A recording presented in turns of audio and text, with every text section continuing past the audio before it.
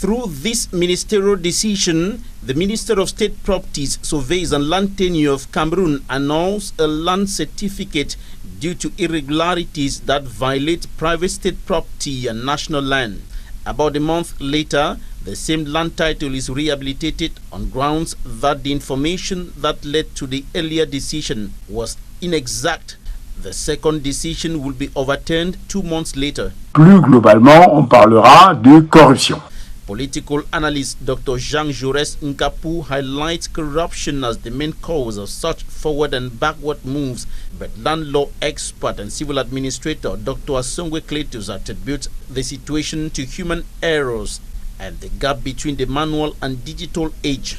The procedures involved in the issuance of a land certificate are handled by human beings, and that in itself is an avenue for errors. Every human endeavor must have errors, but now it becomes a problem when it is exaggerated. We have situations of land certificates that were issued in the early years, land certificates that were issued before 2010. Those land certificates were issued manually, and so there was no computerized system to retrace them. And now, with the new geodesic system that has been put in place, land certificates today are computerized in such a way that you cannot do a land certificate on a space where a land certificate was issued and computerized.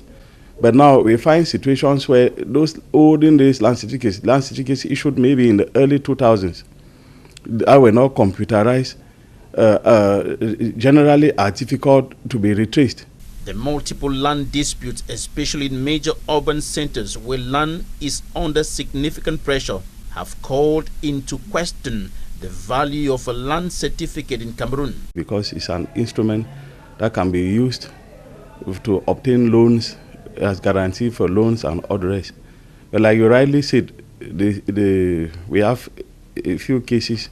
We have cases here and there where the land certificate is withdrawn or cancelled. Those are things that are also provided for by the law.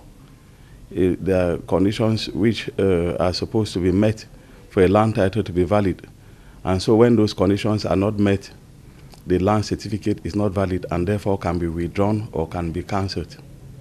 Concerning the fact that beginning April 1, 2026, the Cameroonian Ministry of State Properties, Surveys and Land Tenure has authorized third-degree traditional chiefs to issue provisional documents recognizing land occupation.